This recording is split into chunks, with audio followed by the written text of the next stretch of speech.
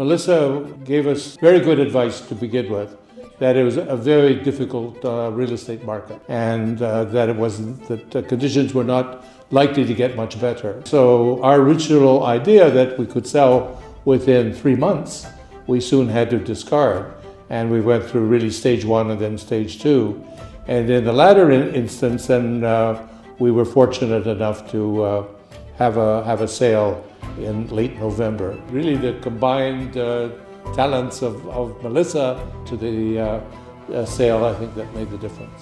Advice was that in the staging you had to take half of your things away, which is no mean feat.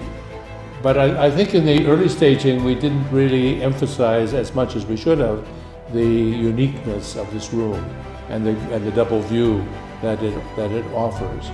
In consultation with Melissa, that I think we came across the sort of a more effective strategy.